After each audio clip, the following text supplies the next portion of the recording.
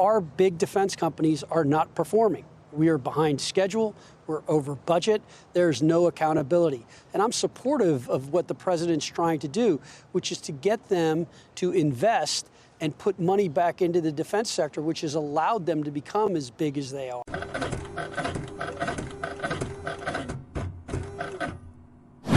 Brilliant minds unlocked. Picture a 360-foot predator submerged deep beneath the crushing dark of the Atlantic. Okay, setting a scene. I like it. Yeah, just imagine it. You are looking at a Los Angeles-class nuclear submarine.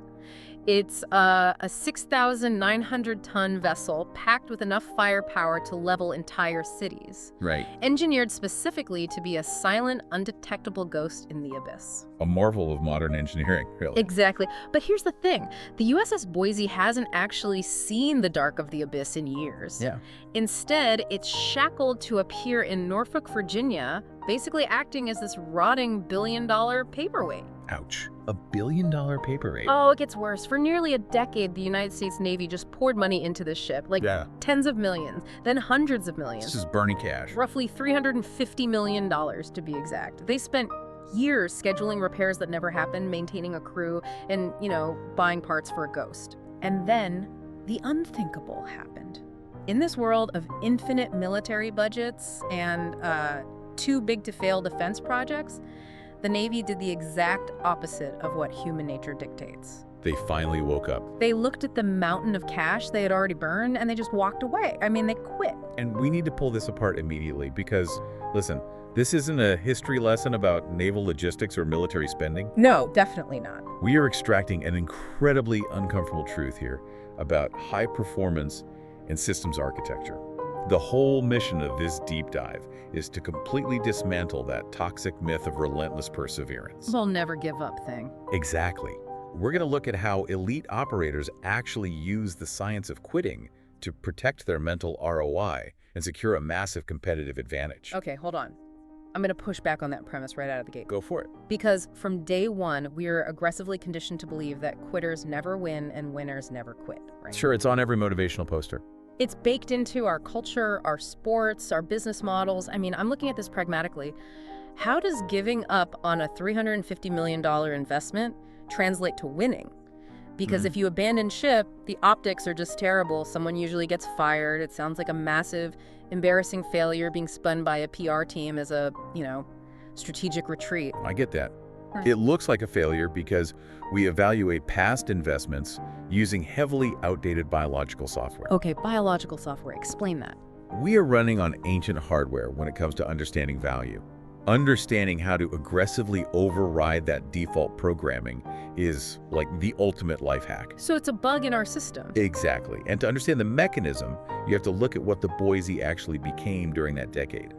In the Navy, they have a very specific, highly insulting term for a vessel in this condition. Oh, really? What is it? They call it a Pier Queen. A Pier Queen, okay. So a ship that just takes up premium physical space on the dock but provides zero tactical utility to the fleet. Yeah, it's the ultimate insult for a military asset. I mean, the Boise was commissioned back in 1992. It was an absolute workhorse during the post-Cold War era. Right. But in 2017, it officially lost its dive certification. Meaning the structural integrity of the hull, the pressure valves, the seals, basically all the critical systems, they were no longer mathematically guaranteed to survive the crushing weight of the ocean. Exactly. If they took it underwater, there was a very real statistical probability it was never coming back up. Which is a catastrophic risk. So obviously it needed a standard, albeit massive, engineering overhaul. Which should have been straightforward, right? You'd think so. The initial plan was supposed to be a pure execution of logistics. A few months in dry dock, a few $1 million, update the systems, and put the sub right back into the hunt. But I'm guessing that didn't happen? Not even close. Reality hit the logistical supply chain hard. The execution failed entirely. Private shipyards across the country were severely backed up. Right, supply chain issues. Yeah, and the Navy's own public docks were completely overflowing with other, much more pressing strategic priorities. Yeah. So the Boise spot in line was pushed back. And then pushed back again. And again, and again. Okay, let me use an analogy here. Think about taking a high-end sports car, like a Ferrari, into the mechanic for a major engine overhaul. Okay, I track. You drop it off, the mechanic says, "We're really backed up, come back in a month." You leave it there. A month later, he says, "Still busy, give us another year." Right. But you keep paying the premium insurance on it, you keep paying the garage storage fees, you even buy a new set of high-performance tires and leave them in the trunk just in case he calls tomorrow and says it's ready for the road. That's agonizing. It is. A month turns into 3 years, then 5 years, then 7 years. At what point are you just being a fool? Well, the structural logic of that analogy definitely holds up, but we have to go deeper into the biology and the physics of what actually happens during that waiting period. Okay, take me deeper. When you leave a complex problem in wait mode, your brain likes to trick you into thinking the situation is entirely static. Like it's just paused. Exactly.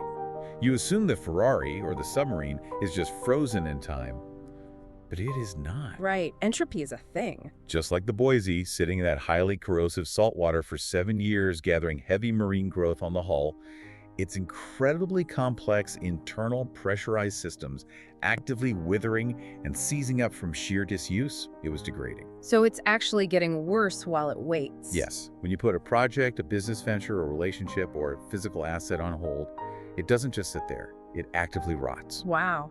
So the condition is worsening while the financial meter is still running, which creates a massive logistical nightmare. A massive one. By 2023, the Navy had already spent roughly $350 million on a submarine that had not moved a single inch. It's wild to even think about. And the new estimate to actually fix the rotting hull because of all that active degradation you just mentioned skyrocketed to $1.2 billion. Yeah, 1.2 billion. So my question is, how does a room full of Pentagon strategists look at that math and not immediately pull the plug?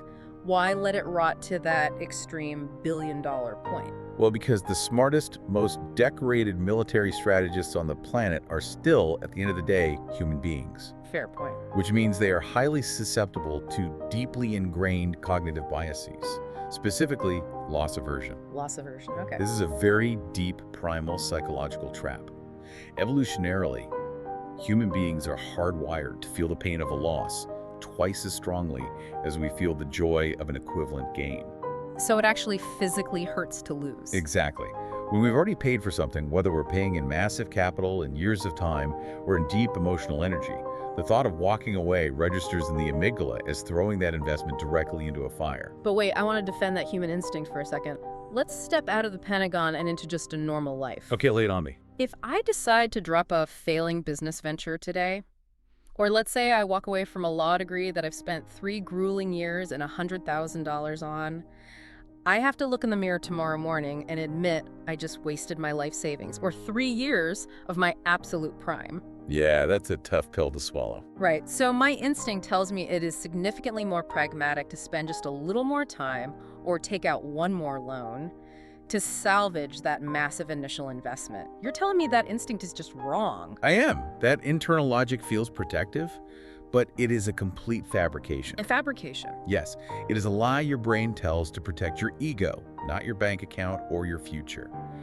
The Navy, just like the law student in your example, face what psychologists call an open loop. Define an open loop in this context, because I hear that term thrown around a lot. It's rooted in something called the Zygarnik effect. What? The Zygarnik effect. Yeah. A Russian psychologist named Bluma Zygarnik noticed that restaurant waiters could remember incredibly complex open food orders perfectly. Oh, I've heard of this. Right, but the exact second the bill was paid and the loop was closed, they completely forgot the order. So the brain dumps the data once the task is done. Exactly. Our brains absolutely hate unfinished business. If a task or a project is incomplete, it constantly runs in our mental background, burning up cognitive RAM. Okay, I see where this is going. Admitting the submarine is dead or the law degree is a mistake closes the loop. Oh. But closing the loop forces you to definitively process the loss. It makes the failure real. So as long as the Boise was still scheduled for repairs, nobody actually had to process the $350 million loss. Bingo. So keeping the project alive, even on life support, delays the emotional pain of the failure. I mean, if they officially canceled the Boise overhaul in 2020, some admiral would have had to stand at a podium and admit to Congress they wasted $100 million. Right, a career ender. And by 2024, that admission of waste had ballooned to nearly $500 million. But financially speaking, that money was already gone anyway. Yes, in pure economics, past costs are sunk. They have evaporated. The $350 million spent on the Boise is entirely irrelevant to any future decision-making. It's just poof, gone. It cannot be a variable in the equation moving forward. Man, that is incredibly hard to accept in practice. You're essentially asking people to induce localized amnesia about their past efforts. It really requires a ruthless level of psychological discipline. And this brings us to the ultimate filter. Let's hear it. It's the singular question the Navy finally had the courage to apply. And it's the exact question you must ask yourself when you realize you are trapped in a sunk cost cycle. The listener needs to write this down. What's the question? It goes exactly like this. If we started today with a completely clean slate, and we had $1.2 billion in our pocket, would we spend it on this broken, rotting 30-year-old submarine? Or would we buy something vastly better? Wow, okay, so you strip away the 30-year history, strip away the $350 million already spent, you just look at the asset today. And obviously, the answer is a resounding no. Nobody in their right mind would buy the rotting sub for $1.2 billion. Nobody. But making that highly logical choice in a theoretical vacuum is easy. In a boardroom, with careers on the line, there are always fierce, emotional defenders of the past. So how did they actually manage to kill their darling? What was the tactical mechanism in that room? Well, you have to picture the suffocating tension in the Pentagon during these strategic reviews. You essentially had two warring factions locked in a room. Okay, who are they? On one side, you had the nostalgists. Their entire argument was built on emotional anchoring and fear. Fear of what? Well, they argued the Boise was a vital, irreplaceable asset. They pointed to the rising geopolitical threats in the Pacific, the sheer size of the Chinese naval fleet. Ah, so they were terrified of losing ground. Right. Their core operating thesis was simply, we have come too far to turn back now. We need whole numbers. So they were looking at the sheer volume of ships rather than the capability of the system as a whole. And on the other side, you had the logicians. These are the pure systems architects. the pragmatists. Yes, they successfully stripped the emotion and the history out of the room and looked exclusively at the raw data.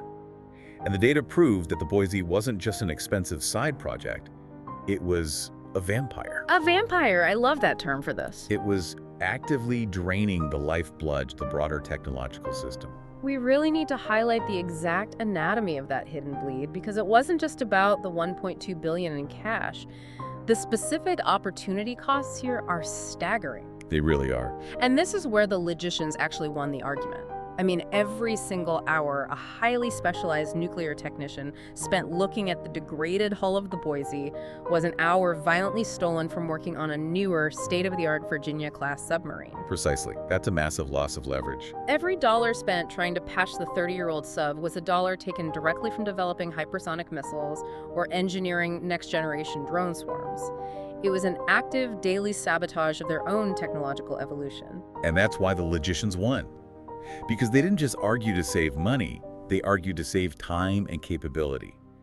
They used what we can call millimeter precision logic. Millimeter precision logic, explain that. They didn't just throw their hands up and passively surrender the asset to the scrapyard. They executed a highly calculated kill. Okay, so what did they actually do? They officially canceled the $1.2 billion overhaul. They publicly accepted the massive financial loss. And then they immediately converted the Boise into a parts donor. A parts donor. They essentially turned it into an organ donor for the rest of the fleet. Exactly. They took a billion-dollar failure and turned it into a parts locker. By cannibalizing the valves, the sonar arrays, and the internal mechanics of the Boise, they could immediately supply parts to other active submarines that were currently sidelined, waiting for new manufacturing. Wow. They turned a total strategic loss into an instant logistical gain for 3 other ships. So by desperately trying to save their past investment for 7 years, they were actively sabotaging their future capabilities. But by finally choosing to definitively lose the Boise, they actually won the ability to focus on what matters. They stopped throwing good money after bad. They literally killed a deuce to save the active fleet. And that is the pure essence of competitive advantage. They stopped looking at the sunken costs in the rearview mirror and became ruthlessly fixated on the opportunity costs right in front of them. Listen, let's translate this directly to the listener, because this is where the rubber meets the road. Let's do it. How does this make you more time or more money today? I want you to look around your own landscape right now. What is the USS Boise in your life? Where are you pouring resources, emotional energy, or capital into a hull that is quite literally never gonna dive again? If we look at the real-world equivalents, the ghosts haunting most people's lives are usually hiding in plain sight. They disguise themselves as dedication or loyalty. Yeah, that's dangerous. It is the business idea or the startup venture that the market has clearly repeatedly rejected. But you keep funding it out of pure ego because closing the loop means you have to admit you are wrong. Or, it's a relationship, the toxic partnership where you constantly justify staying by saying, but we've been together for 5 years, we've built a life. Oh, that's a huge one. You are using 5 years of past misery as the collateral to sign up for 50 more years of future misery. Or think about the career path. You wake up miserable every single day, the stress is impacting your physiology, but you feel completely locked into the trajectory because of an incredibly expensive university degree you spent 4 years getting. You feel trapped by your own past decisions. Right, but the truth you have to swallow is this: the money is gone, the time is gone. You cannot, under any circumstances, buy back your past. You can only negotiate for your future. That is a brutal truth. It is, but it's the fundamental mindset shift that separates the average performer from the elite. The most successful people in the world, the true magnates of industry, they aren't just relentless workers, they're actually expert quitters. Which flies in the face of every motivational speech ever given. It does, but it aligns perfectly with biological and economic reality. Elite operators quit the wrong things instantly. They don't linger. No, they bypass the emotional agony of loss aversion. They recognize the sunk cost, close the loop, and rapidly reallocate those reclaimed resources to double down on the right things. The Navy ultimately decided that $1 billion was a price far too high to pay to protect a mistake. So the piercing question for you, the listener, is what is your price? Right. How much more of your very limited life are you willing to sink into the abyss before you realize that walking away isn't failing, it's just reallocating? Every single minute you spend trying to fix a broken submarine in your life is a minute you aren't building a new fleet. You have to stop looking at the anchor weighing you down and start looking at the horizon. I love that. So here's your challenge for the next 24 hours, and it is designed to be highly practical and honestly slightly uncomfortable. The best challenges usually are. Exactly. Take 5 minutes today, grab your phone, look closely at your calendar, or open up your bank statement. Identify just one USS Boise. It's just one. Find one Pier Queen.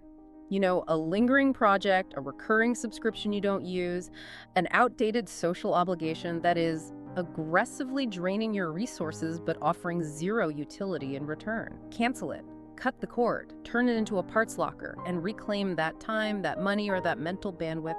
Because closing those minor loops is the absolute fastest way to instantly improve your mental ROI and free up cognitive RAM for the things that actually drive your life forward.